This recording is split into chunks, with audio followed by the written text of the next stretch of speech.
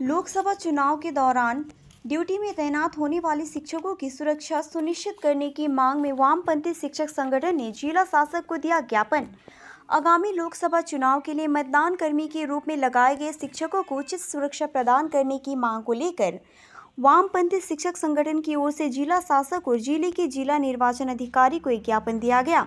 आगामी लोकसभा चुनाव के लिए मतदान कर्मी के रूप में शिक्षकों की ड्यूटी लगाई गई है, उनकी सुरक्षा सहित चुनाव संबंधी अन्य विषयों को लेकर एबीटीए और एबीपीटीए जलपाईगुड़ी जिला शाखा के सदस्यों ने जिले के मुख्य जिला निर्वाचन अधिकारी से मुलाकात की और अपनी मांगों को लेकर ज्ञापन दिया। निखिल बंग प्राथमिक शिक्षक संघ के संपादक विप्लव झा ने कहा कि हम मतदान कर्मी के रूप में मतदान केंद्र पर जाते हैं, लेकिन हमारे पास उचित सुरक्षा नहीं है।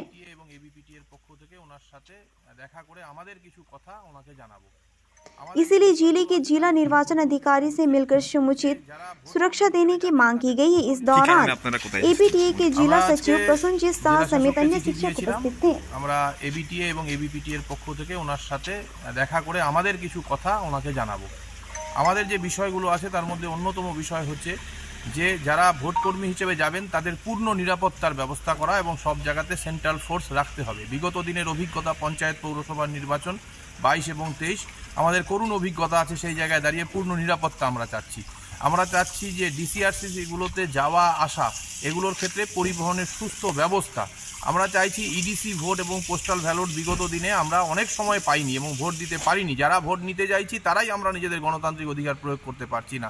এই বিষয়টা এর সাথে দাঁড়িয়ে আমরা যেটা বলেছি যে বহু শিক্ষক শিক্ষিকা দুজনেরই ডিউটি পড়েছে, তাদের ছোট ছোট শিশু আছে, যাদের বাচ্চা ছেলে আছে মেয়ে আছে, যাদের হচ্ছে যে রাখার কোনো জায়গা নেই, তারা কি করে তাদের রেখে ডিউটিতে যাবেন। তারা প্রেয়ার করেছিলেন তাদের ডিউটি রিলিজ করার জন্য, কিন্তু সেগুলো করা হয়নি। বহু অসুস্থ মানুষ আছেন যাদের ডিউটি রিলিজ করা হয়নি।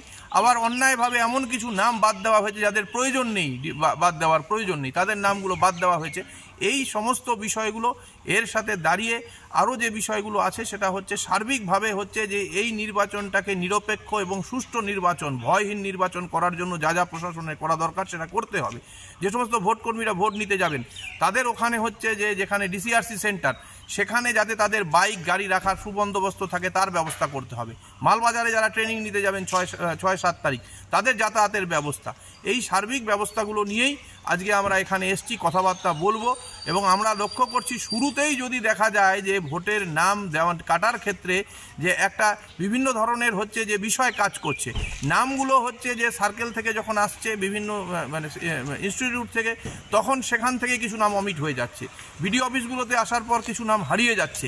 আবার হচ্ছে যে এখান থেকে প্রথম ট্রেনিং নেওয়ার পর দ্বিতীয় ট্রেনিংয়ে কিছু নাম হারিয়ে যাচ্ছে। এই যে বিষয়গুলো এর মধ্যে আমরা একটা গোটা বিষয়টার মধ্যে আমরা একটা অস্বচ্ছতা লক্ষ্য করছি।